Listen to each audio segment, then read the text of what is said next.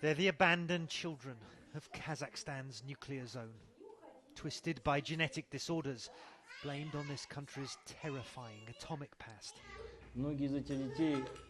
The doctor at this orphanage told me decades of Soviet nuclear testing unleashed a plague of birth defects. For more than 10 years, the detonations were above ground, and contamination from hundreds of Cold War-era explosions keeps on killing.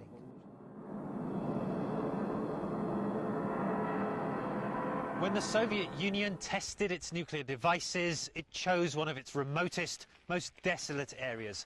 But there were still people living here. And today, in villages like this one, close to the testing zone, many are feeling the terrible effects. Sarik Kaysha is 62 years old and remembers watching the mushroom clouds as a child. We were very frightened, she told me, because the windows in our house would blow out and the walls would shake. My parents both died of cancer and my own son is handicapped, she says. And Sarik Kaysha isn't alone. Almost every family in her village, 20 miles from the old test site, is affected.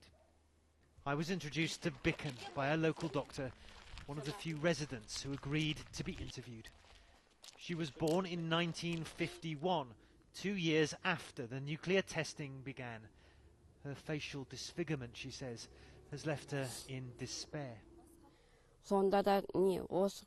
If only there had been no bombs, I could have been equal to everyone else, she says.